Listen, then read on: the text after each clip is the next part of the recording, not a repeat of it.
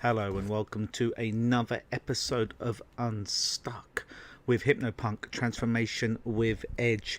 And today's episode is all going to be about why I podcast, why I use the medium of sound to communicate with people, and why I really got into this and why it's such a personal thing for me. But before I do that, I'd like to thank each and every one of you that have left your 5-star reviews on iTunes, however you listen to this podcast.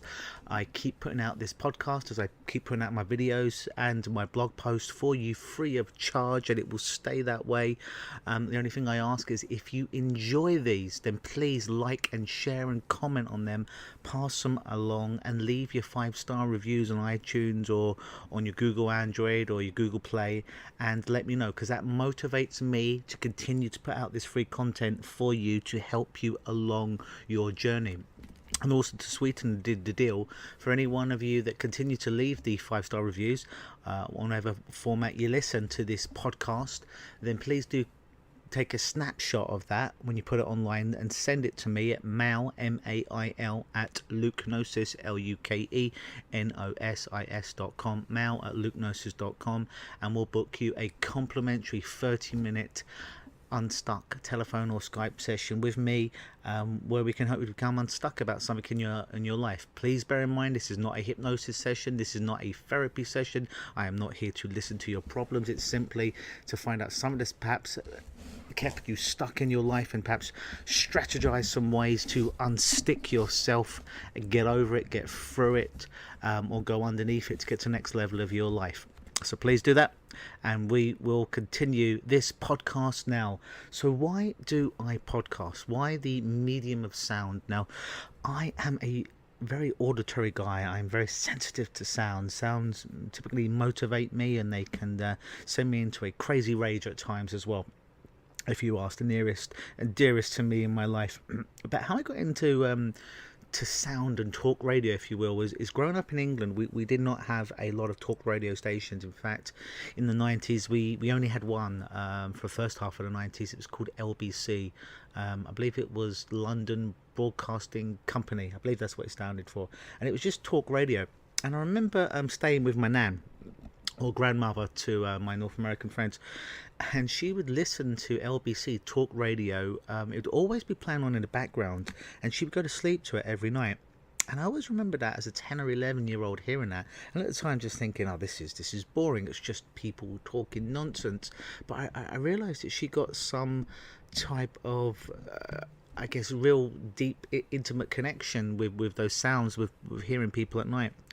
And then probably about 1993 I kind of adopted this unconsciously at the time, and would find myself listening to these late night shows, because I was a very fucked up kid, and where other kids would be listening to music, I'd be listening to talk radio.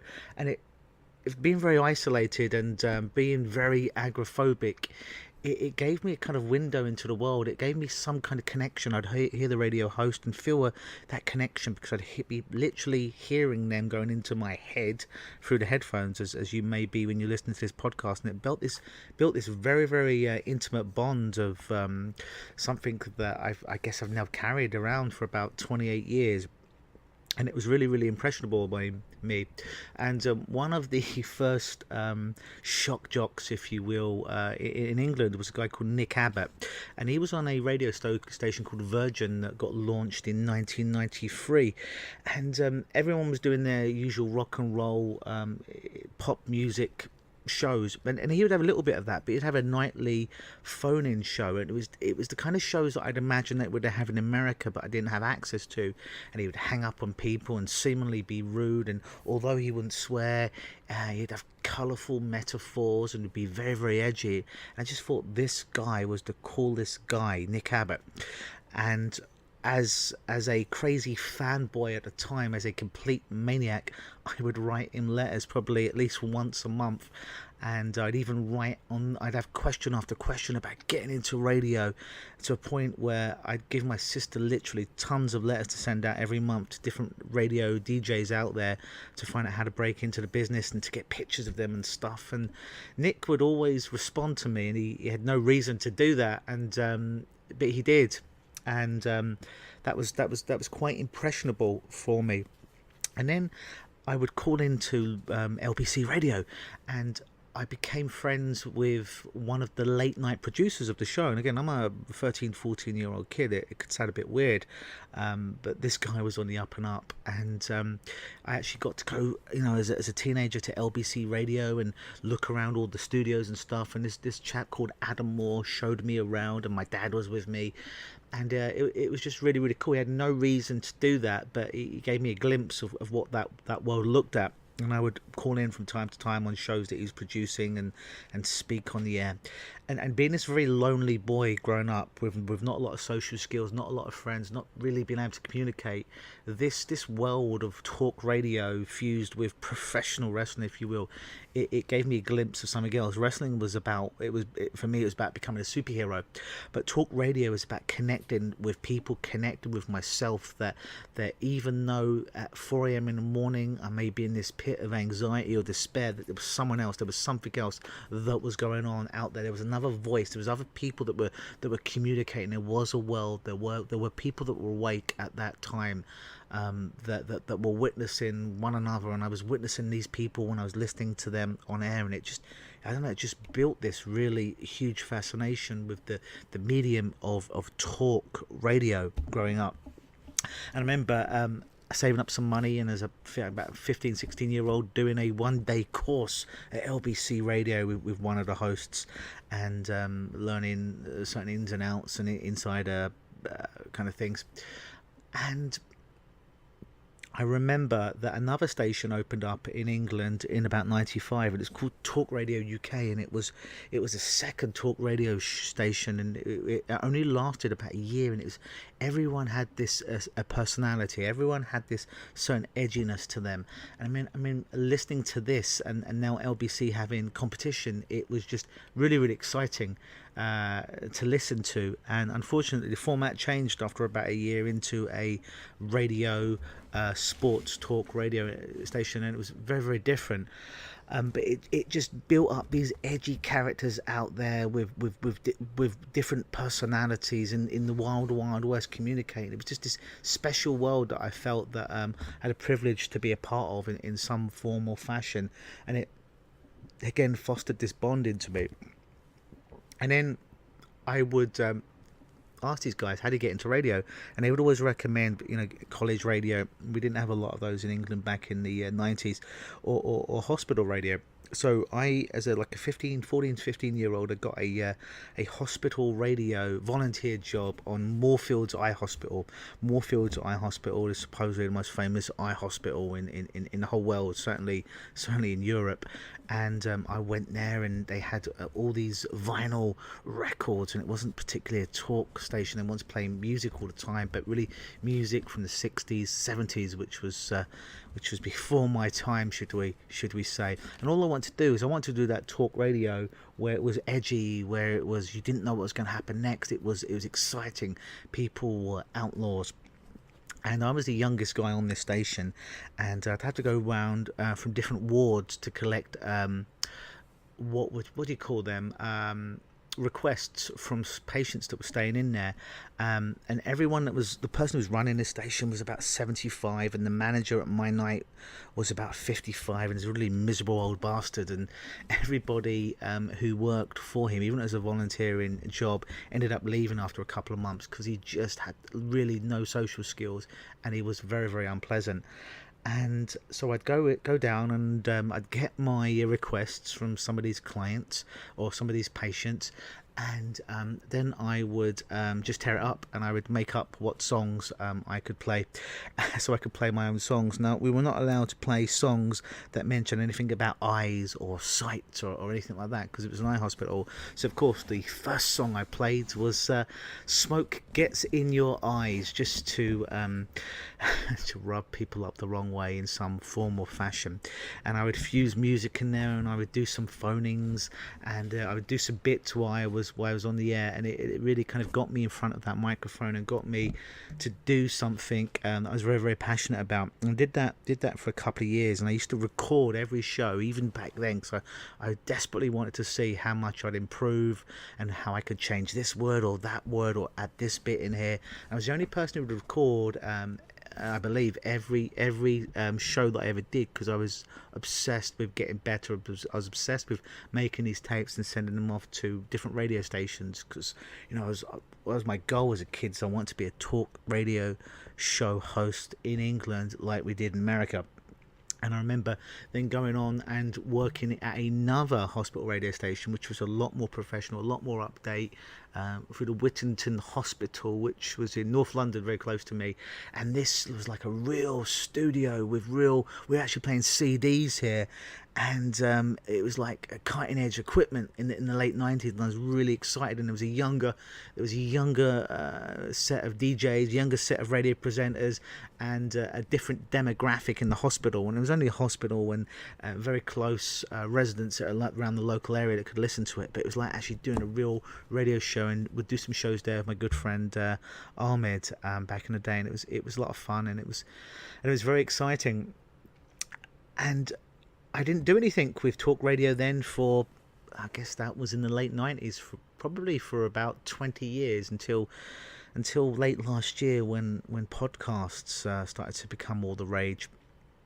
And to bridge that time, actually, I was a big Howard Stern fan. Now, before the internet, in England, nobody really knew who Howard Stern was, but I'd heard references to him in the early 90s, and I was like, this guy here, this is the king of all media, this is a great radio guy, I need to listen to this guy. And I remember seeing the movie Private Parts when it came out, the Howard Stern movie, and it was the only movie that I'd ever seen twice in the cinema. And it was just this introverted character who would go on air and just be completely honest, and without having to edit himself back in the day. And that was so appealing to me. It was so appealing to be able to communicate through words, to be honest, to be your version of honest, to communicate to an audience, to have a voice, to have people listen to get inside people's ears, to get inside people's heads, and to influence them in some ways, to let them know they're not alone, whether it's 3 a.m. in the morning or it's they're traveling to work in rush hour at 7 a.m. in the morning, or they're coming home from work after a busy, stressful day at 5 p.m. in the afternoon, drive time, or the morning breakfast shows, which were typically the most successful, most listened to shows, that no matter where you were, that there was someone else out there, there was someone else, there was life that was going on, there was a world that was going on, and it seemed like a very intimate world that was going on. Not everyone was a part of it. And as much as I love TV, the medium of talk radio just influenced me so much. So fast forward until 20 years later, I kind of left that to one side and started to develop this podcast that I do for you now. And it's not something that's monetized. It's not something I do for money. It's something I do for the people out there that listen, and perhaps they think that there's no one else out there that can hear them, that there's no one else out there that is witnessing them. I know that you exist. I know that you're out there. I know that you listen to it. I know your world may be overcrowded with emotions like anxiety, like fear, like sadness, like loneliness. And sometimes hearing someone's voice acknowledging you, hearing that there's someone else out there that you can share this Luciverse with, if you will, it can make things not seem as dark, not seem as gloomy, not seem as scary, because there's someone else out there. There's this Luciverse, if you will, that you're a part of. You are a part of the Luciverse if you're listening to this. And by me doing this podcast, it's a way of me giving back to what talk radio meant for me as a youngster, how it got me through some dark times, being very, very lonely, being very, very isolated in my life. It helped get me through that and realize that the world wasn't such a big, scary, mean, horrible place, that indeed there was good people out there, there was intelligent conversation going out there, there was communication. And that's the reason I do this, that's the reason I put these podcasts out there, to help you to connect the pieces in your life, to realize that whatever you're going through, Keep going through it until you're through it, so you get out of the other side. You can get out of the other side. It may take a second, it may take a minute, it may take an hour, it may take a day, it may take a week, a month, a year, but there is hope. There is hope that you can get out of the other side. There is someone there. There is a world there waiting for you. So I ask you, what's something in your life that meant so much to you? Perhaps growing up, perhaps as a youngster, that helped to get you through some dark times, that perhaps that you could give back into the world in some form or fashion. Maybe it's writing a book, maybe it's starting your own podcast or radio show, maybe it's giving a talk, maybe it's running a group for people who are where you once were but you thankfully got out of it. What is something that you can do to give back? Because I often get clients that want to have the elusive self-esteem. They want to experience more self-esteem. They want to feel better about themselves. And you know, one of the tasks I give all my clients that come in with that request is to say, go out every day and do something kind for someone. Not because you were being a pussy, not because you wanted to take something, not because you're wanting good karma to come back to you in some form or fashion, because that's just bullshit. It's not imperial, you can't prove it. But what's something you can do every day to make someone else feel better about themselves? Truly. And you don't have to go and bang on about it and say, oh, I gave money to a homeless person today, and broadcast it on Facebook, because that kind of trashes everything that you did, the good work. What's something that you could do silently and not broadcast to the world, but you could do something kind for someone to make them feel better about themselves every day, for no other reason than you want to make the world a better place? Because you see, when you start to do that regularly, your self-esteem cannot not be affected. It cannot not be affected. And although you're not doing this to build your own self-esteem, you're doing it to pick other people up. But at the same time, this crazy, weird phenomenon happens where you start to feel better about yourself, because you are, as Gandhi says, being that change that you want to see in the world. You are making that difference. It's a very, very special thing. So look inside yourself and ask yourself, instead of taking all the time, or how tough your life is, just say, hey, what could I give back right now? What could I give back to the world? What was something that changed my life that I could learn to do, that I could give that gift to someone else? What am I good at that I could give away for free for something? Just to make the world a better place, to pay it forward, so to speak. Random acts of kindness, if you will. What's something you could do? Sit down with pen and paper after this podcast. Listen back again if you need to. And as talk radio, what it meant to me, and the reason I do this. What's your talk radio? What's your version of the podcast? Think about it. Give back to the world. Because a lot of people were value takers. We want more. We want to take from people, take people's money, take people's sex, take people's souls, if you will. That sounded a bit satanistic, if you will. But I didn't mean it like that. But we're all taking. Stop being value takers and be value givers. What could you give back to the world? What gift could you give? What gift do you have inside? Think about it. Ask yourself and find your version of the podcast. So that's why I podcast, ladies and gentlemen and Lukeaholics. And I have developed a 5-page plan, and it is called 5 Ways to Become Unstuck in Your Relationship. If you would like a copy of that for free, this ebook, 5 Ways to Become Unstuck in Your Relationship, then just shoot me over an email at mail@lukenosis.com. It will be underneath wherever you are listening to this podcast. Send me an email, say, Luke, I want that 5 ways to become unstuck in a relationship, and I will send that off to you ASAP.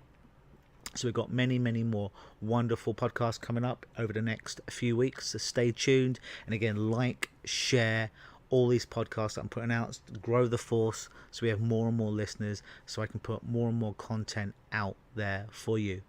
And as I always like to say at the end of these podcasts, always believe.